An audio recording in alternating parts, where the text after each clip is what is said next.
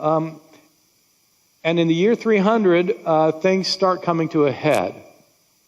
So there was a priest in Alexandria, Egypt, which was one of the largest and most influential churches in the Christian world, in Alexandria, Egypt. It was a big church, a intellectually oriented church, and one of the priests in the church was a man named Arius. So Arius was trying to wrestle with the question of who Christ is in relationship to God. So he can't be the same as God the Father, so he's a separate divine being. But in what sense is Jesus God? If God is God and Christ is God, but there's only one God, how does it work exactly? Arius promoted the idea that Christ was a subordinate divinity to God the Father. Christ was a subordinate divinity to Christ the Father, to God the Father. In Arius' view, the way it happened was this. God the Father, the one who existed before all things, before he created the universe, he created a son to himself. He made his son. The Son of God goes way back in eternity, but there was a point before which he existed. He came into being at some point of time, so there was a time when he did not exist.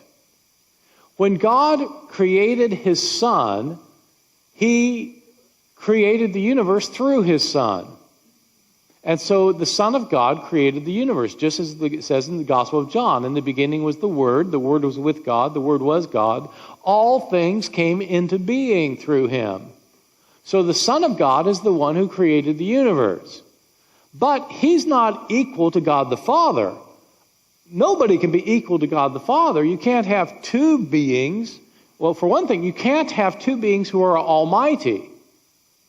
Because if you have two beings, neither one of them can be almighty. Because they're not almighty, because there's somebody else who's as powerful as them.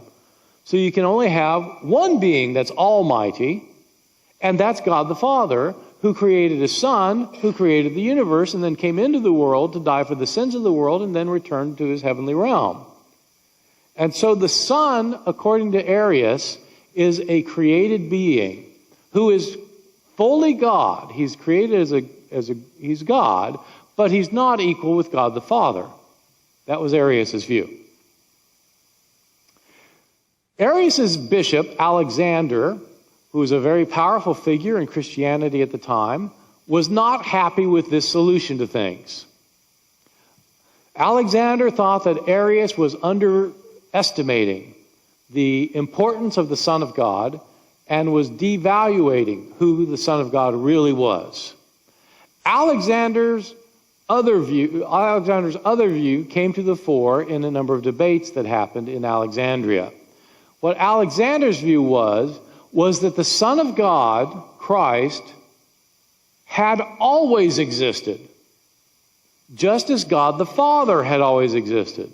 Christ had always existed, and he was not a subordinate deity to God the Father. He was equal to God the Father.